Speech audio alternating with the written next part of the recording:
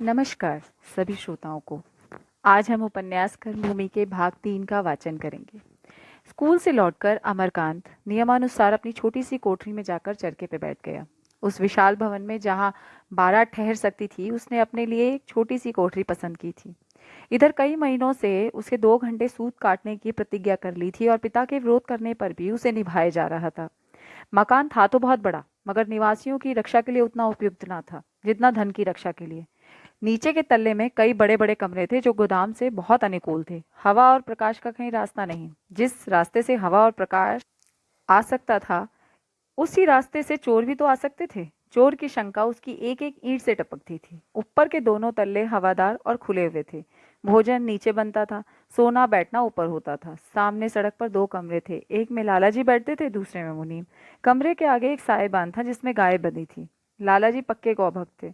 Amarkant suit काटने में मगन था और उसकी छोटी बहन नैना आकर बोली, क्या हुआ भैया, फीस जमा हुई या नहीं?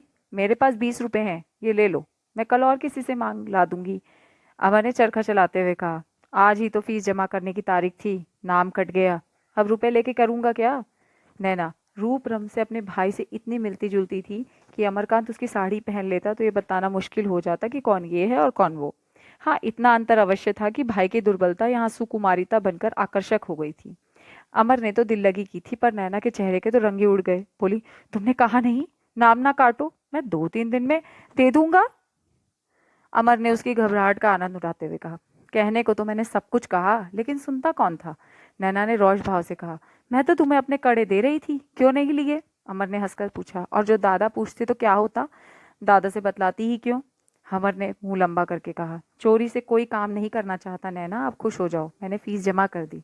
नैना को विश्वास ना आया, बोली, फीस? नहीं, वह जमा कर दी? तुम्हारे पास रुपए कहाँ से आए? नहीं नैना, सच कहता हूँ, जमा कर दी। रुपए कहाँ थे? एक दोस्त से ले लिए। तुमने मांगे कैसे? उसने अपने आप ही दे दिए, मुझे मांगने ही नहीं पड़े। कोई बड़ा सज्जन आदमी होगा।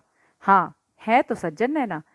जब फीस जमा होने लगी तो मैं मारे शर्म के बाहर चला गया। ना जाने क्यों उस वक्त मुझे बहुत रोना आया। सोचता था मैं ऐसा गया बीता हूँ कि मेरे पास 40 रुपए नहीं है।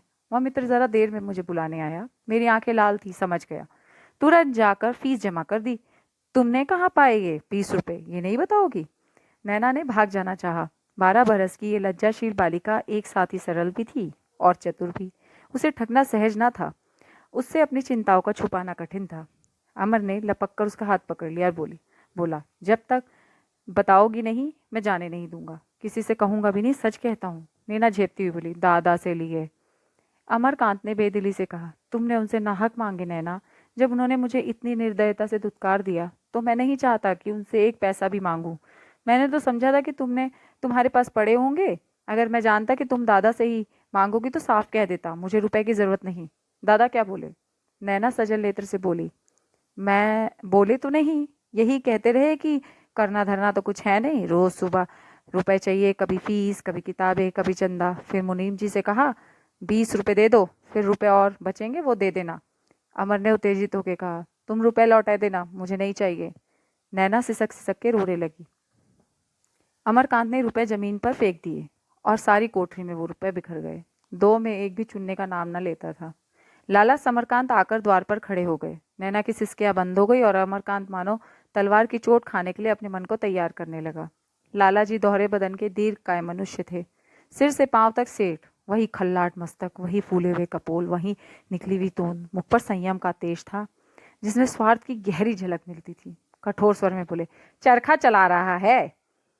कितनी देर में कितना सूट काटा होगा? 2-4 रुपए का। अमरकांत ने गर्व से कहा, चरखा रुपए के लिए नहीं चलाया जाता तो और किस लिए चलाया जाता है? ये आत्मशुद्धि का एक साधन है।